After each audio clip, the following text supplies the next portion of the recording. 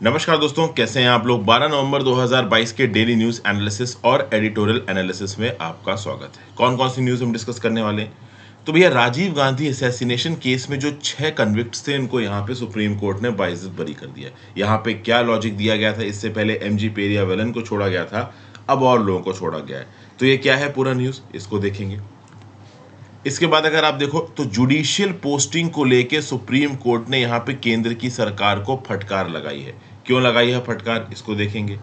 फिर जो मकायू होते हैं, जो बंदर की एक स्पेशी होती है, जो सिमियन होते हैं, आल्टीट्यूड के चेंज होने के साथ इनकी डाइटरी प्रेफरेंसेस, हैबिट्स कैसे चेंज होती हैं, इसके बारे में एक आर्टिकल है, इसके बारे में बात करेंगे। PM 2.5 पॉल्यूटेंट्स के एक्सपोजर से एनीमिया का प्रेवलेंस बढ़ सकता है, ऐसा बताया गया। और इंडिया के अंदर जहां पे एक major portion of women already anaemia ग्रस्त है, ये पर्टिकुलर स्टडी की फाइंडिंग्स बिल्कुल भी कॉन्फिडेंस नहीं लाती। इस पर्टिकुलर न्यूज़ को देखेंगे। और सरकार मिलेट के एक्सपोर्ट को इंडिया से प्रमोट कर रही है। इसके लिए अपेड़ा नाम का जो ऑर्गेनाइजेशन है वो एक्टिव है। किस प्रकार से इंडियन मेड मिलेट प्रोडक्ट्स को, इंडियन प्रोड्यूस मिलेट प्रोडक्ट्स को दुनिया भर के मार्केट में मार्केट किया जाएगा, ओवरऑल इनको एक्सपोर्ट करने की सुविधाएं प्रोवाइड की जाएंगी, इसके बारे में एक आर्टिकल है, इसको देखेंगे। फिर भाई एडिटोरियल्स में एक आर्टिकल है EWS वर्डिक्ट को लेके। तो यहाँ पे इकोनॉमिकली वीकर सेक्शन वाले कैटे को 3-2 से सुप्रीम कोर्ट ने अप्रूवल दे दिया। इस बात को लेके ऑथर काफी नाराज नजर आ रहे हैं और इस कोटे के अगेंस्ट बात कर रहे हैं।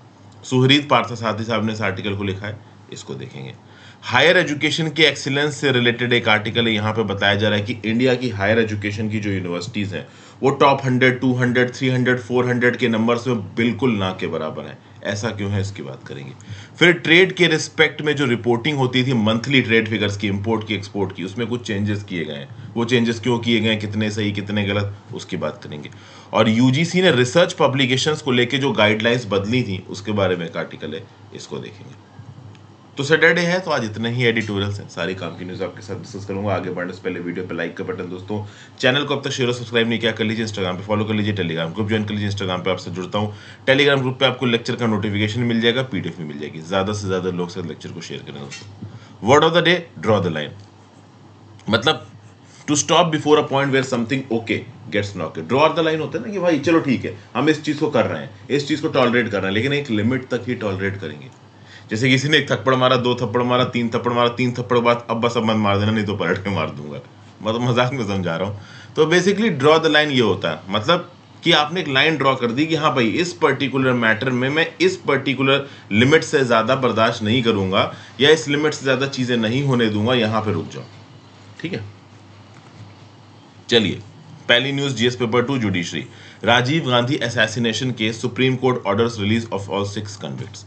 तो भैया सुप्रीम कोर्ट ने सारे के सारे 6 कन्विक्ट्स के इमीडिएट रिलीज को ऑथोराइज कर दिया राजीव गांधी असैसिनेशन केस में। इनमें नाम किसका किसका है? नलिनी, रविनी चंद्रन, जय कुमार, सुथेंद्र थीराज जिसको आप संथन भी बोलते हो, मुरुगन और रॉबर्ट प्लस। तो यहाँ पे जो सुप्रीम कोर्ट की बेंच बैठी थी उसमें बैठे थे BR गवई साहब और BV नागरत्ना साहब। इन्होंने बोला है कि ऑलरेडी तमिलनाडु की स्टेट कैबिनेट अप्रूवल दे चुकी है तमिलनाडु के गवर्नर को सितंबर 2018 में कि इन सारे के सारे कन्विक्ट्स को छोड़ दो। उसके बावजूद गवर्नर ने इन कन्विक्ट्स को नहीं छोड़ा। एक तो गवर्नर ने बहुत लंबे समय तक फाइल अपने पास रखी रही और उसके बाद इस मैटर को प्रेसिडेंट को रेफर कर दिया, जहां जबकि टेक्निकली डिसीजन यहाँ पे गवर्नर को लेना था। अब आप बोलोगे कि सर जो डेथ पार्डन होता है वो डेथ पार्डन तो प्रेसिडेंट देता है, लेकिन मैं आपको बता दूं कि पहले ही सुप्रीम कोर्ट इनकी डेथ की सजा को कम करके लाइफ इम्प्रिजनमेंट में कन्वर्ट कर चुकी थी। प्लस इनको जो मौत की सजा दी गई थी वो दी गई थी टाडा एक्ट के अंदर, terrorism and disruptive activities prevention act के अंदर, जो कि आज की डेट में एग्जिस्ट नहीं करता। तो कुल मिला के जो तमिलनाडु की स्टेट कैबिनेट थी, इन मुलजिमों की सजा को मौत की सजा से लाइफ इंप्रिजनमेंट होने के बाद ही तमिलनाडु की स्टेट कैबिनेट ने मैटर गवर्नर को रिकमेंड किया कि इनको छोड़ दो।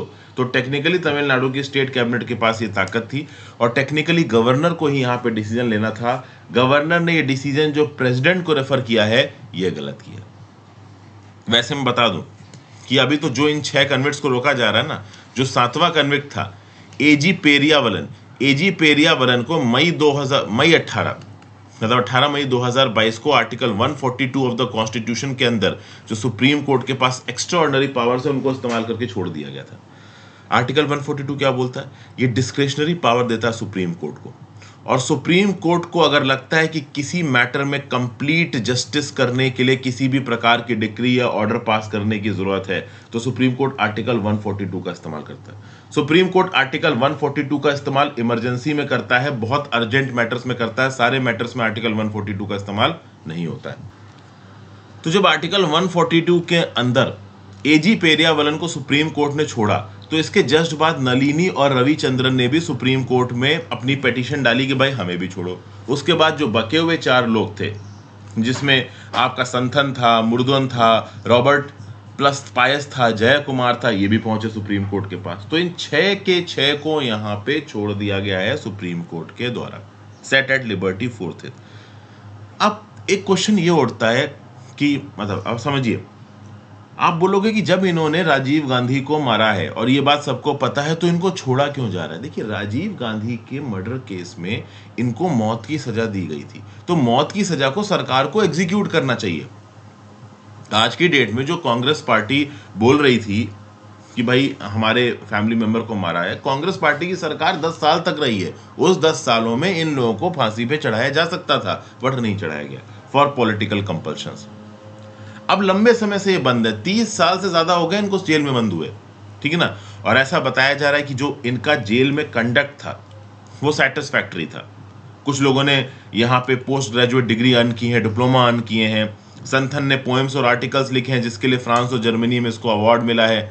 नलिनी, ठीक है ना, इसने 30 साल से ज्यादा जेल में काटे हैं। तो कुल मिला के लंबा समय इन्होंने जेल में काटा है, और इनका जो कंडक्ट था जेल में काफी अच्छा था। चूंकि इनको इस टाइम पीरियड में फांसी पे नहीं चढ़ाया गया, तो आप परमानेंटली किसी को इनकार्सरेट करके रख रहे हो, तो सुप्रीम कोर्ट ने यहाँ पे अपनी पावर्स को यूज करके बोला है कि नहीं भाई बहुत हो गया, अगर फांसी पे चढ़ाना था तब तो आप चढ़ा सकते थे। सुप्रीम कोर्ट ने पहले इनकी सजा को लाइफ इम्प्रिजनमेंट में बदल दिया, फिर तमिलनाडु के स्टेट कैबिनेट ने डिसीजन लिया इनको छोड़ दो। तमिलनाडु के गवर्नर ने पेंडिंग रखी पिटीशन, अभी प्रेसिडेंट के पास पेंडिंग है, सुप्रीम कोर्ट के पास मैटर पहुंचा, सुप्रीम कोर्ट ने इनको छोड़ दिया कि भैया ठीक है, बहुत हुआ, अब आप फ्री। अच्छा, यहाँ पे एक और मुद्दा उठता है कि इस प्रकार का ये जो 6 लोगों को छोड़ने का डिसीजन है ना, ये सुप्रीम कोर्ट ही दे सकता था। चूंकि जो हाई कोर्ट है मद्रास की, उसके पास पहली बात जो एक्स्ट्रा ऑर्डिनरी पावर्स होती है under article 142 of the constitution, वो नहीं है। हाई कोर्ट के पास जब ये मैटर पहुंचा था, तो हाई कोर्ट ने बोला था कि गवर्नर सिग्नेचर वाज साइन क्वा non under article 161 of the constitution. देखिए, तमिलनाडु की स्टेट कैबिनेट ने बोला कि 6 के 6 लोगों को छोड़ दो, 7 के 7 लोगों को छोड़ दो, लेकिन तमिलनाडु के डिसीजन को इंप्लीमेंट करने से पहले उसके ऊपर गवर्नर का अप्रूवल ठप्पा लगना बहुत ज्यादा जरूरी था। क्योंकि गवर्नर के signal are sine qua non, मतलब गवर्नर के signature are the mandatory requirement. जब तक गवर्नर के सिग्नेचर नहीं होंगे तब तक इनको टेक्निकली लीगली छोड़ा नहीं जा सकता। तो आर्टिकल 161 के अंदर गवर्नर का सिग्नेचर वो साइन क्वा नॉन, ये हाई कोर्ट ने बोला था। प्लस हाई कोर्ट ने ये भी बोला था कि चूंकि हमारे पास आर्टिकल 142 के अंदर सुप्रीम कोर्ट जैसी ताकत नहीं थी, तो इसलिए हम ऑथोराइज नहीं कर पाए इन 6 लोगों को सीधे सीधे छोड़ना। हालांकि सुप्रीम कोर्ट ने यहाँ पे इन 6 लोगों को सीधे सीधे छोड़ दिया है, तो गवर्नर का सिग्नेचर हो चाहे ना हो, अब तो भाई ये 6 के 6 लोग छूट ही जाएंगे।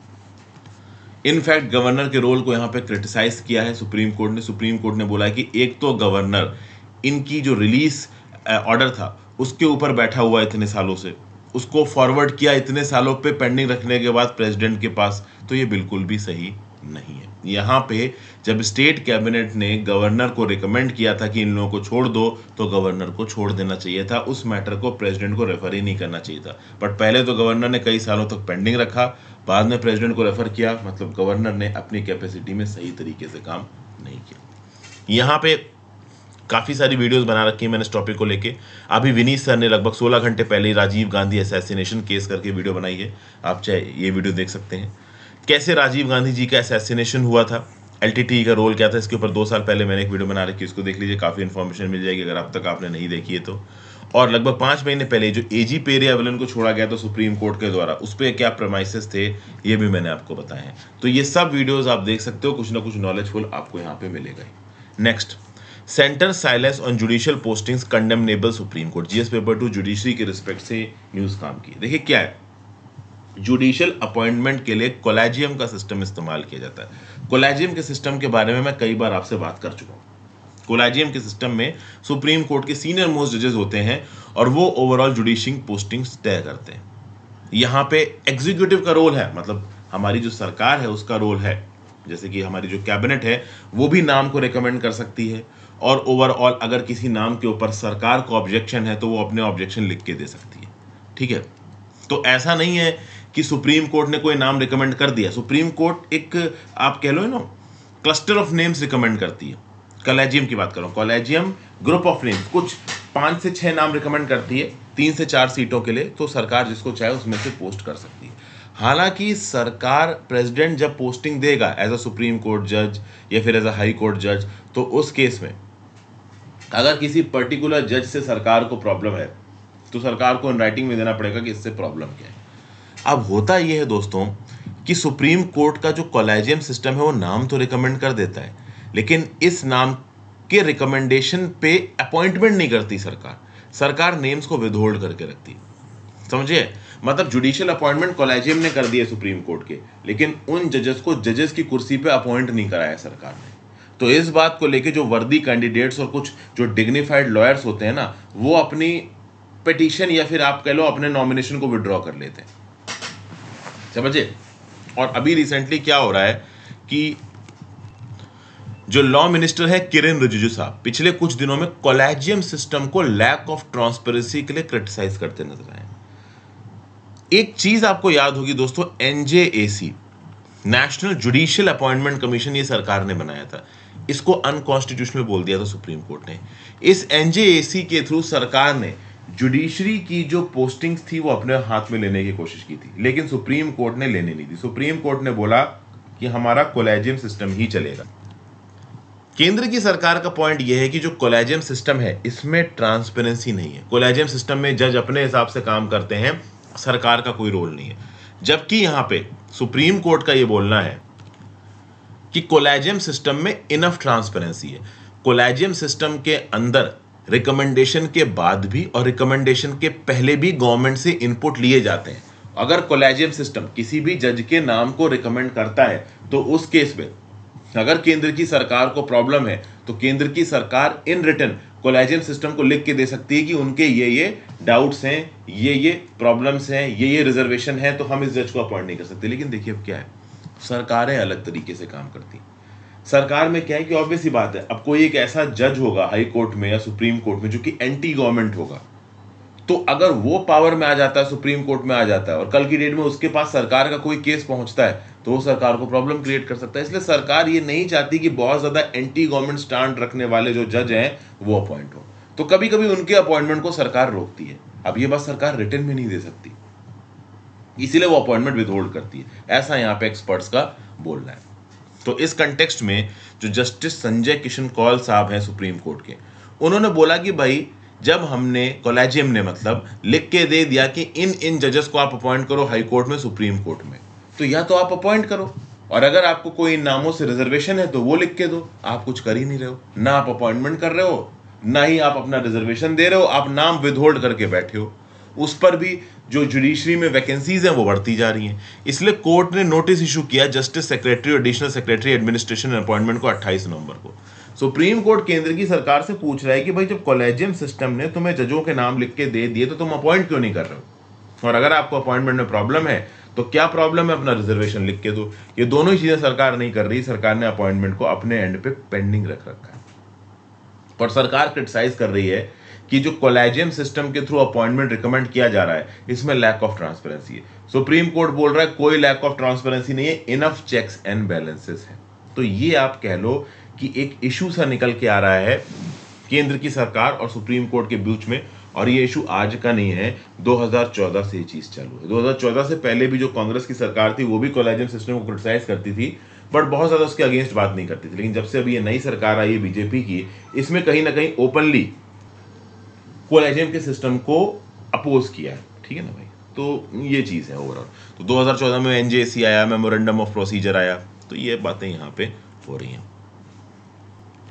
फिर ऐसे कुछ 11 नाम्स बताए जा रहे हैं सुप्रीम कोर्ट के अपॉइंटमेंट्स के, जो कि कॉलेजियम ने रिकमेंड कर दी हैं बट सरकार की तरफ से यहाँ पे पेंडिंग है। जैसे कि फॉर एग्जांपल एक कैंडिडेट है जयतोष मजुमदार। अब जयतोष मजुमदार का अपॉइंटमेंट किया गया सितंबर 2021 में टू सुप्रीम कोर्ट, ठीक है ना। अभी रिसेंटली इनकी मृत्यु हो गई। और इनका अपॉइंटमेंट केंद्र की सरकार के द्वारा नहीं किया गया।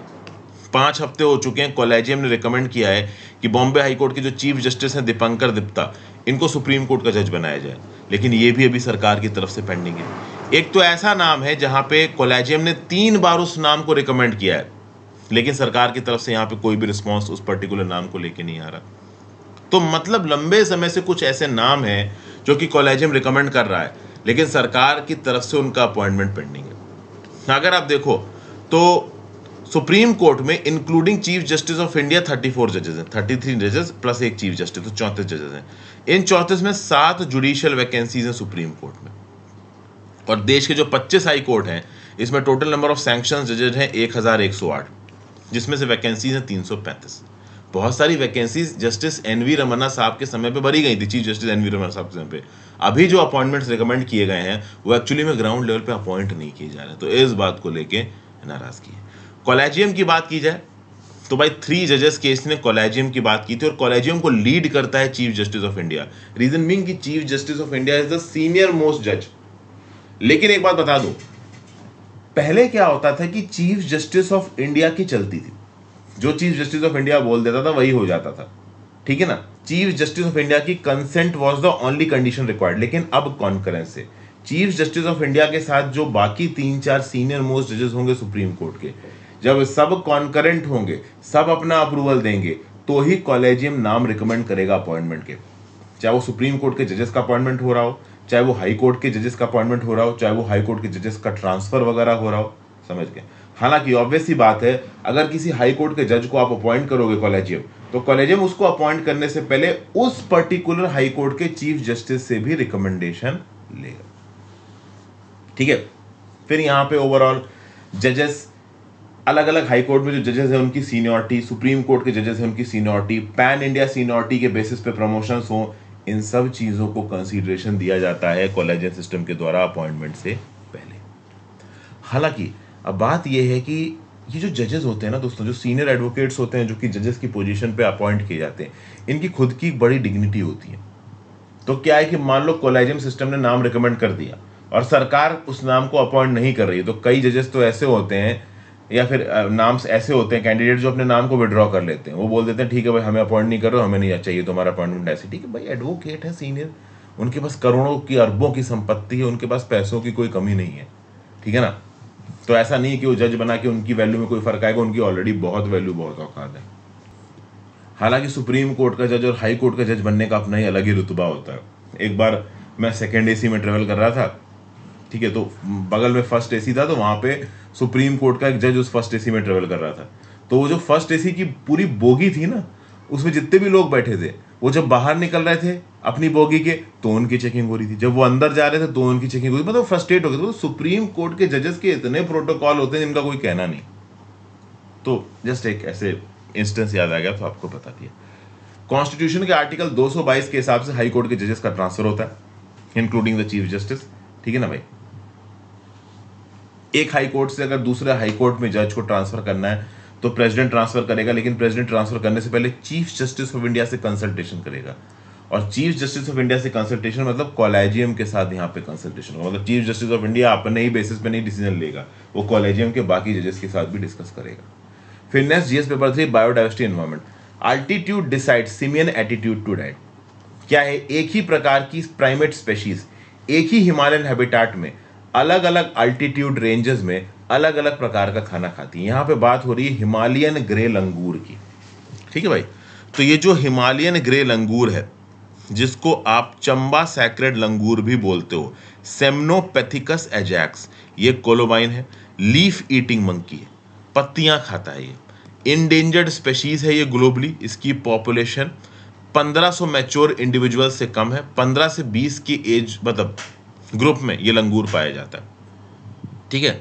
अब अगर आप देखो तो इन लंगूरों की डाइट कंपोजिशन को यहां पे स्टडी किया गया। 5 ऐसे लंगूरों के ग्रुप की डाइट कंपोजिशन को स्टडी किया गया 3 प्राइमेटोलॉजिस्ट के द्वारा।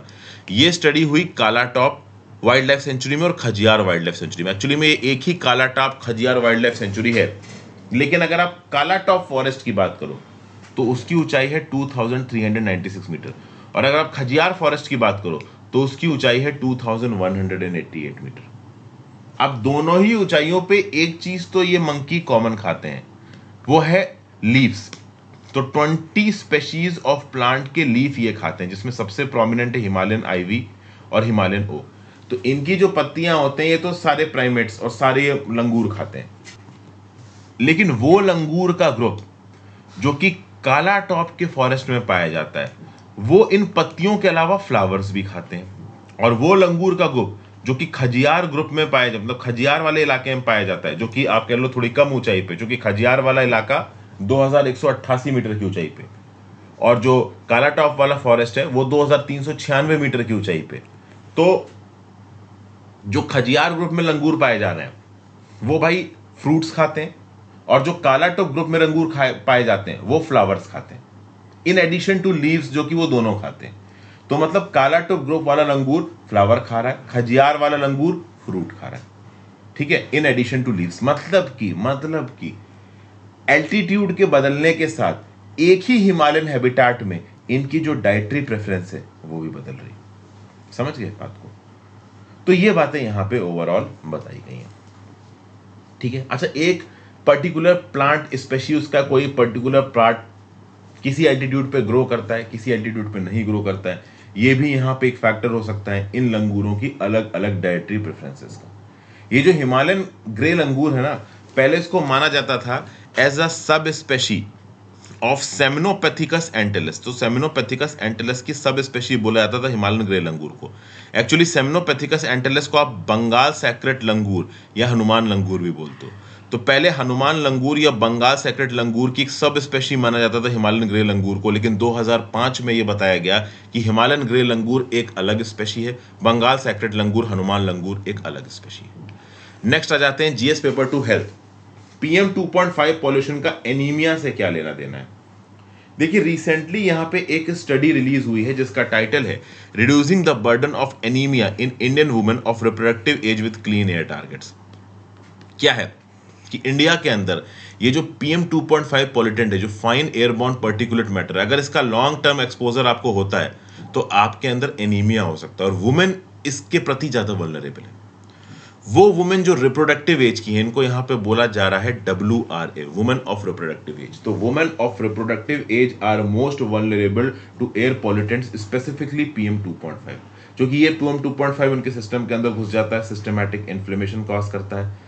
अगर हवा के अंदर PM 2.5 का एक्सपोजर 10 माइक्रोग्राम पर क्यूबिक मीटर से बढ़ता है तो कहीं ना कहीं एनीमिया का प्रेवलेंस वुमेन में 7.23% बढ़ जाता है। ये लिखा है केस स्टडी में, reducing the burden of anaemia in Indian women of reproductive as with clean air targets. इस पर्टिकुलर स्टडी में ये चीज लिखी हुई है, ठीक है भाई। अब अगर देखो तो PM 2.4 में जो सल्फेट और ब्लैक कार्बन का PM 2.5 होता है ना, ये एनीमिया के साथ ज्यादा एसोसिएटेड है।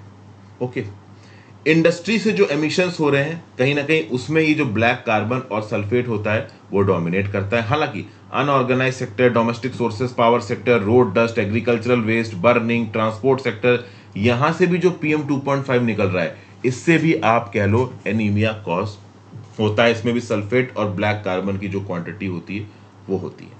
इंडिया ने रिसेंटली प्रोग्राम लॉन्च किया पोषण अभियान।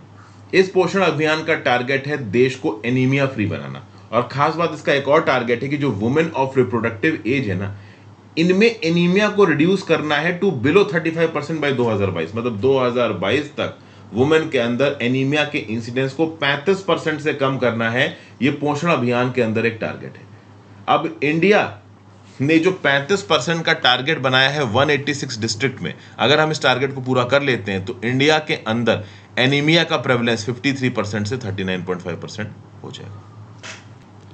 अब एनीमिया होता क्या है? एनीमिया मतलब खून में हीमोग्लोबिन की कमी। अगर हीमोग्लोबिन की कमी है तो रेड ब्लड सेल्स कम होंगे, रेड ब्लड सेल्स कम होंगे तो आपके खून की जो ऑक्सीजन कैरिंग कैपेसिटी है ना, वो कम हो जाएगी। आपके बॉडी के हर सेल में प्रॉपर तरीके से ऑक्सीजन पहुंचना जरूरी है, और वो कौन पहुंचाता है? खून में जो रेड ब्लड सेल्स है वो पहुंचाती है। अगर ये कम होंगी तो ऑक्सीजन आपके शरीर के अलग अलग हिस्सों में कम पहुंचेगी, तो कहीं ना कहीं ओवरऑल आपको प्रॉब्लम होगी। इसलिए हीमोग्लोबिन की क्वांटिटी आपके खून में बहुत मैटर करती है, और ये बहुत सारी चीज़ों की वजह से कम हो जाती है। लेडीज़ के अंदर मेंस्ट्रुएशन, आयरन की deficiency, genetic disorder, parasitic infections, infection from inflammation, दूसरी प्रकार की बीमारियां, इन सब से कहीं ना कहीं एनीमिक हो जाती हैं देश की वुमेन। अगर आप देखो तो जो वुमेन ऑफ रिप्रोडक्टिव एज है, मतलब 15 साल से लेकर 45 साल तक की उम्र की जो औरतें हैं इंडिया के अंदर, वहां पे एनीमिया का प्रेवलेंस पाया गया है। It is one of the highest in the world. अगर national family and health survey 2015-16 की बात करो, NFHS 4 की, तो ये पता चला इंडिया के अंदर 53.1% women of reproductive as and 58.5% of the children under 5 ये एनीमिक पाए गए हैं।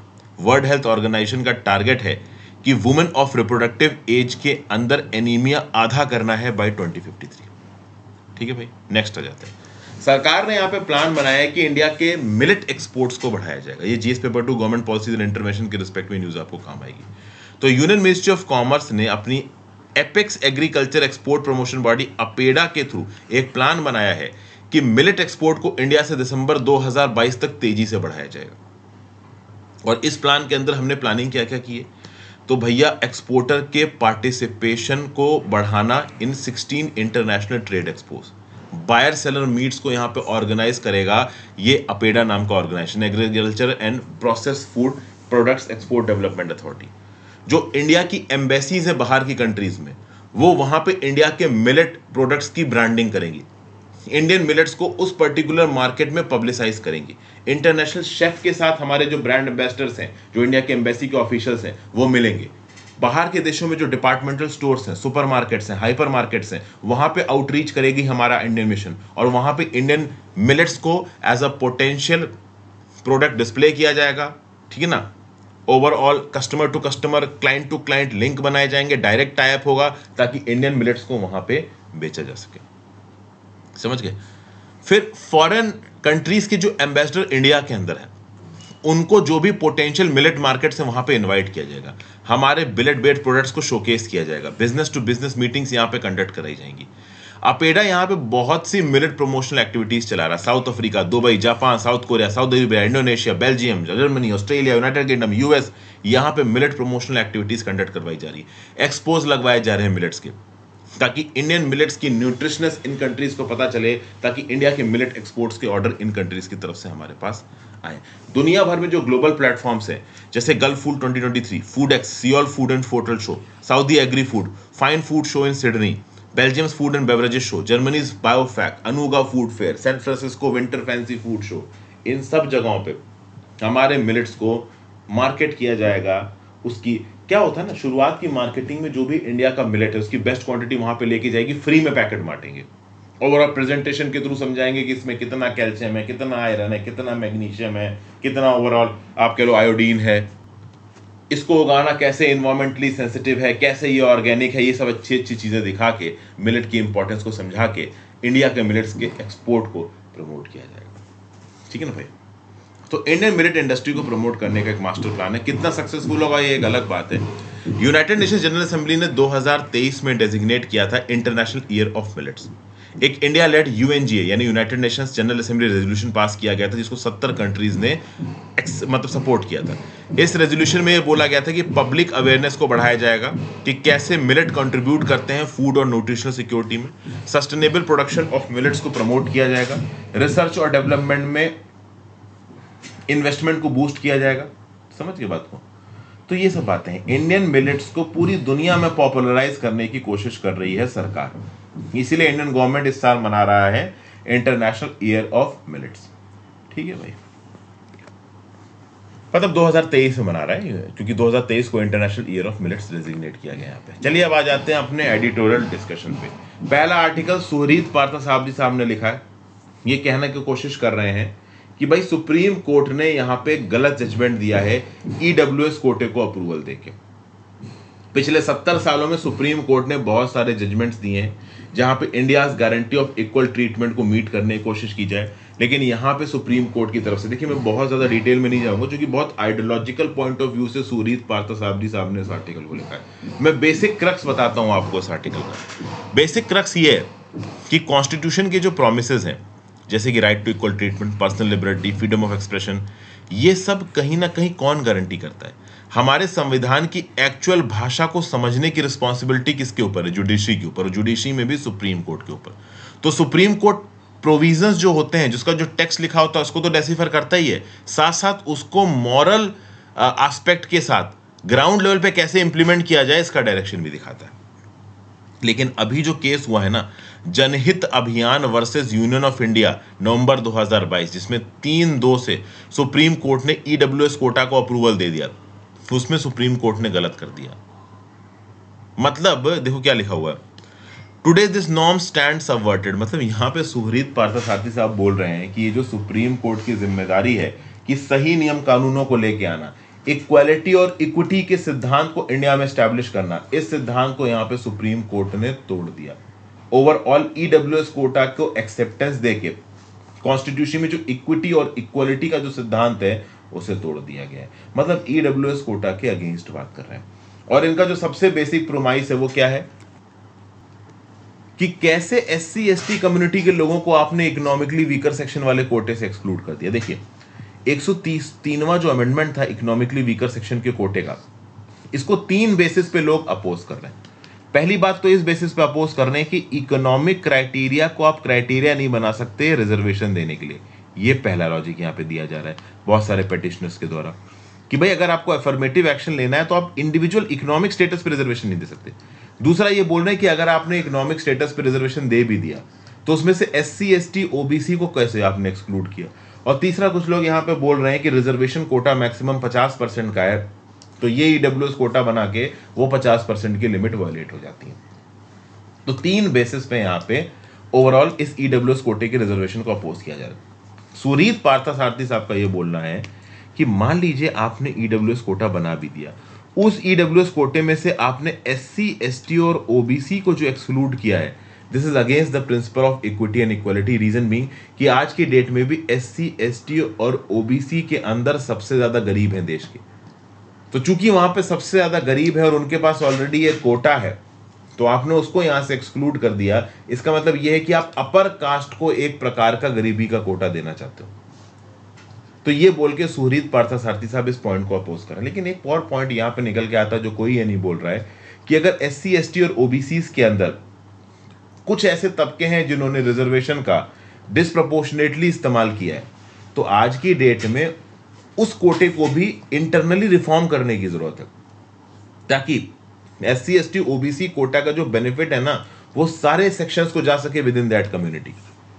ठीक है ना। तो उस पॉइंट पे फोकस किए बिना यहाँ पे सुहरीत पार्थसारथी साहब बोल रहे हैं कि चूंकि आपने एससी एसटी ओबीसी को इकोनॉमिक कोटे से एक्सक्लूड कर दिया है, तो कहीं ना कहीं अपने कॉन्स्टिट्यूशन को वायलेट कर दिया है।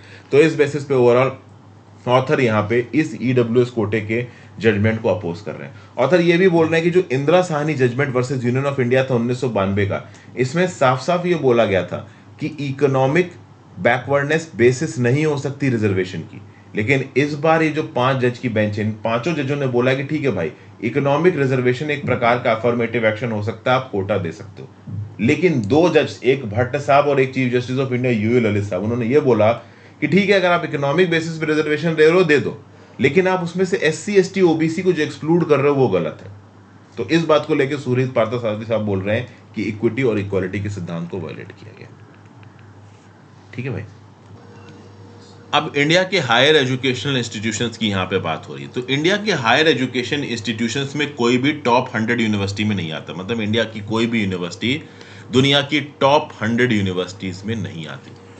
अब इसकी वजह क्या है? एक वजह तो यह बताई जा रही है कि दुनिया की जो टॉप यूनिवर्सिटीज हैं उनके पास फंडों की कोई कमी नहीं है, फंड्स बहुत है, पैसा बहुत है उनके पास। दूसरा यह बताया जा रहा है कि दुनिया की जो टॉप यूनिवर्सिटीज उनके पास एकेडमिक, एडमिनिस्ट्रेटिव और फाइनेंशियल ऑटोनॉमी है।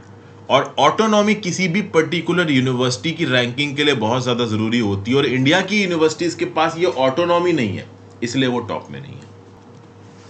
तो बेसिकली इस पर्टिकुलर आर्टिकल में फुरकान कमर साहब ये बोल रहे हैं कि दुनिया की जो टॉप यूनिवर्सिटीज है, एक चीज जो सबसे पहले इंपॉर्टेंट उनके पास है वो है फंड्स, पैसा। और वो भी कहीं ना कहीं ऑटोनॉमी में आ जाता है, क्योंकि एकेडमिक ऑटोनॉमी, एडमिनिस्ट्रेटिव ऑटोनॉमी और फाइनेंशियल ऑटोनॉमी। तो फाइनेंशियल ऑटोनॉमी में पैसे वाला एलिमेंट तो आ ही जाता है। तो चूंकि इंडिया की टॉप यूनिवर्सिटीज के पास ये ऑटोनॉमी नहीं है, इसीलिए टॉप 100 में इंडिया की कोई यूनिवर्सिटी नहीं है। ये जो क्यूएस यूनिवर्सिटी वर्ल्ड रैंकिंग की बात की गई है, इसमें अगर आप देखो तो टॉप 200 में इंडिया की 3 यूनिवर्सिटीज है, टॉप 300 में आप कह लो इंडिया की और एक दो यूनिवर्सिटीज़ हैं, मतलब टॉप 200 में इंडिया की 3 यूनिवर्सिटीज़, टॉप 300 में इंडिया की 6 यूनिवर्सिटीज़ और टॉप 400 में इंडिया की 8 यूनिवर्सिटीज़।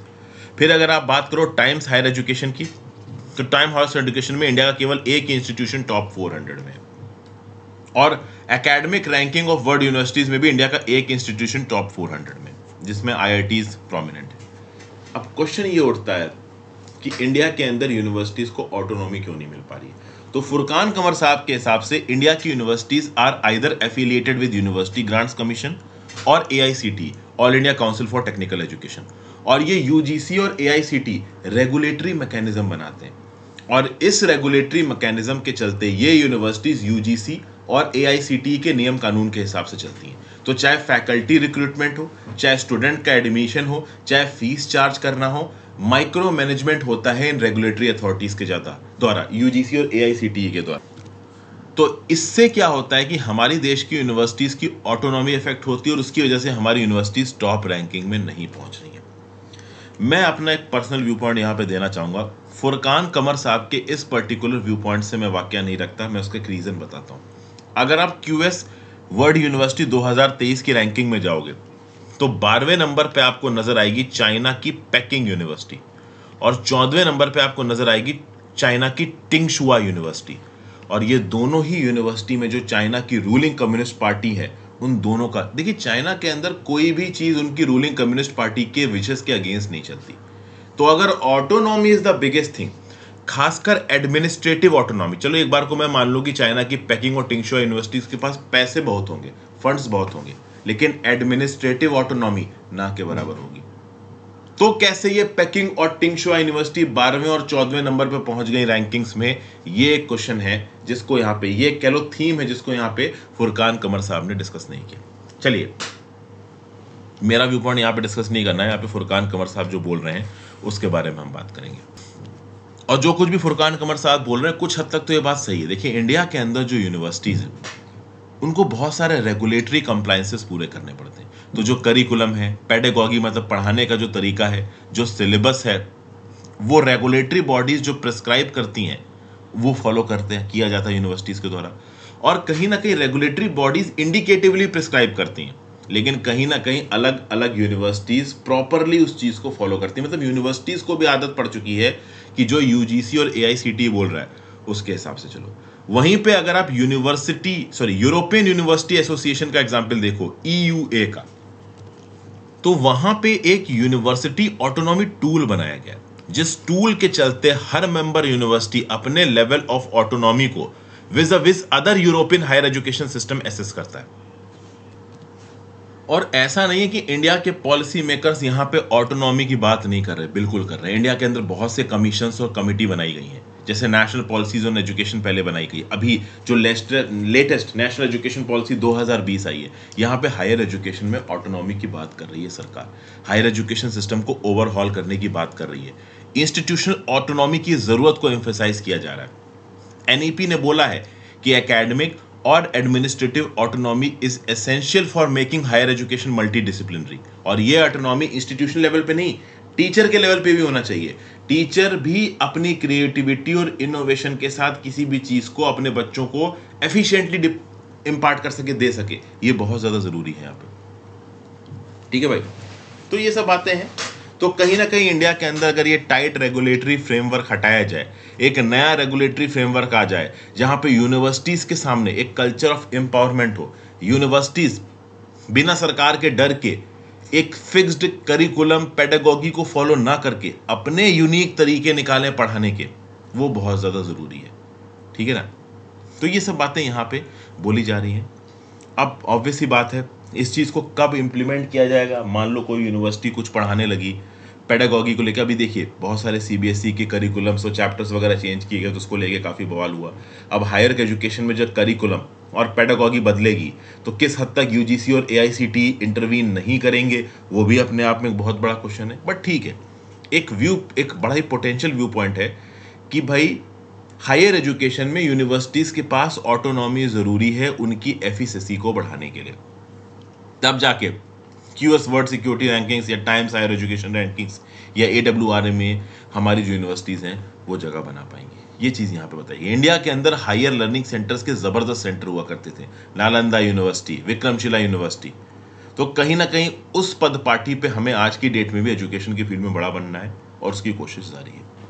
फिर अगला news, measuring trade, India's export import data should be consistent and it's timing predictable. क्या है कि भाई लगभग 2 साल पहले 2020 में एक नया मैकेनिज्म शुरू किया गया था सरकार के द्वारा, preliminary monthly merchandise trade estimates को रिलीज किया जाता था at the beginning of the month. मतलब at the beginning of the month ये एस्टिमेट किया जाता था कि इस मंथ में कितना इंपोर्ट होगा और कितना एक्सपोर्ट होगा, और फिर उस मंथ में 2 हफ्ते बीतने के बाद अराउंड मिड में मतलब उस जैसे फॉर एग्जांपल अक्टूबर 2020, तो अक्टूबर 2020 के शुरुआत में एक प्रिलिमिनरी एस्टिमेट आएगा जो बताएगा कि इस मंथ में कितना इंपोर्ट एक्सपोर्ट होगा, और फिर अक्टूबर के मिड में एक क्विक एस्टिमेट आएगा। लेकिन उस प्रैक्टिस को अब डिसकंटिन्यू कर दिया है। उस प्रैक्टिस से हम पहले वाली प्रैक्टिस पे यहाँ पे आ गए हैं, जो 2 साल पहले कोरोना से पहले जो प्रैक्टिस हुआ करती थी कि हाँ भाई अक्टूबर 2022 के महीने का मान लीजिए अगर आपको ट्रेड एस्टिमेट चाहिए तो वो दिया जाएगा 15 नवंबर के लगभग। मतलब जिस महीने के ट्रेड एस्टिमेट की आप बात कर रहे हो उसके अगले महीने के मिड में कहीं रिजल्ट्स निकल के आएंगे एक्सपोर्ट और इंपोर्ट शिपमेंट के। और ये जो पर्टिकुलर चेंज किया गया है, पुराने हम मेजरमेंट के तरीके पे गए हैं, ये बहुत ज़्यादा ज़रूरी भी है। क्योंकि क्या होता था कि जब आप मंथ की शुरुआत में कोई एस्टिमेट लेके आते हो तो उसमें बहुत सारे कंपल्शन आ जाते हैं। एक आप कह लेते हो ना कि सेंटिमेंट की बेसिस पे बात होने लगती है, और वो सेंटिमेंट की बेसिस पे ट्रेड में आप बात नहीं कर सकते। ट्रेड में बहुत सारे प्रैक्टिकल कंपल्शंस होते हैं जिन्हें हमें पूरा करना होता है। तो जो आइडियोलॉजी है कि जिस महीने का आप एस्टिमेट ले रहे हो उस महीने के अगले महीने के मिड में आप एस्टिमेट रिलीज करो, वो ज़्यादा ज़रूरी है। क्योंकि जो क्विक एस्टिमेट्स हैं और जो प्रिलिमिनरी एस्टिमेट्स हैं वो सेंटिमेंट में मार्केट को डिस्टर्ब कर सकते हैं, इंडिया के रिकवरी इंजन को हर्ट कर सकते हैं। इसलिए बेटर ये रहेगा कि जिस महीने की बात की जा रही है उसके अगले महीने के मिड में यहाँ पे ओवरऑल डाटा को रिलीज किया जाए। ठीक है भाई, चलिए नेक्स्ट आ जाते हैं research first. The compulsions to publish has led to poorer quality of research. देखिए क्या यूनिवर्सिटी ग्रांट्स कमीशन ने यहाँ पे एक डिसीजन लिया है, और पहले एक पीएचडी थीसिस को सबमिट करने से पहले आपके जर्नल्स मतलब आपके रिसर्च पेपर किसी पीयर रिव्यूड जर्नल में छपे हों, इस रिक्वायरमेंट को हटा दिया। देखिए क्या है, जो रिसर्च स्कॉलर्स होते हैं वो लंबे समय तक अपनी पढ़ाई करते हैं, लंबे समय तक रिसर्च करते हैं, और इस रिसर्च के समय पे वो बहुत सारे रिसर्च पेपर्स लिखते हैं। वो रिसर्च पेपर किसी आप कह लो रेनाउंड जर्नल में छपा हो, ये बहुत ज़्यादा होता है जरूरी आपकी पीएचडी को कंप्लीट करने के लिए। अब पीएचडी को कंप्लीट करने के लिए क्या होता था, अब इंडिया में देखिए गरीबी बहुत है। एक पीएचडी स्कॉलर चाहता है कि जल्दी से जल्दी उसकी पीएचडी पूरी हो जाए ताकि वो थोड़ी बहुत नौकरी वोकरी ढूंढ सके। हमारे यहाँ पे सरकार ज़्यादा पैसा खत्म नहीं करती रिसर्च स्कॉलर्स के ऊपर। एक एग्ज़ाम होता है जीआरई का एग्ज़ाम, जीआरई का एग्ज़ाम दो, स्विट्जरलैंड यूएस की यूनिवर्सिटीज़ में जाओ, 5-6 साल तक वहाँ पे पढ़ते रहो, सरकार आपका खर्चा उठाएगी, खाने पीने का रहने का पैसा भी देगी। इंडिया के अंदर ऐसा नहीं होता। तो इंडिया के अंदर जो भी पीएचडी स्कॉलर हैं उनकी पहली कोशिश ये रहती है कि पीएचडी जल्दी पूरी हो जाए तो नौकरी मिल जाए। अब पीएचडी पूरी करने के लिए एक रिक्वायरमेंट थी कि रिसर्च पेपर्स पब्लिश हुए हो जर्नल में। अब रेनाउंड जर्नल्स में रिसर्च पेपर्स पब्लिश कराना आसान नहीं होता है। आप एक जर्नल लिखो, एक पेपर लिखोगे रिसर्च पेपर, और एक जर्नल के पास एप्लीकेशन भेजोगे, कई बार आपकी एप्लीकेशन रिजेक्ट हो जाएगी, कई बार आपकी एप्लीकेशन पेंडिंग पड़ी रहेगी। आप नया रिसर्च पेपर लिखोगे, लंबा टाइम लग सकता है, प्रोसीजर लंबा होता है। तो क्या होता था कि जो छोटे मोटे प्रेडेटरी टाइप के जर्नल होते थे, फर्जी टाइप के जर्नल, इनको पैसा देके जो स्कॉलर है वो अपना रिसर्च पेपर पब्लिश करवा देते। लेकिन सब स्टैंडर्ड जर्नल्स में आपने अपने रिसर्च पेपर पैसा देके छाप भी दिए तो उससे निकलेगा क्या?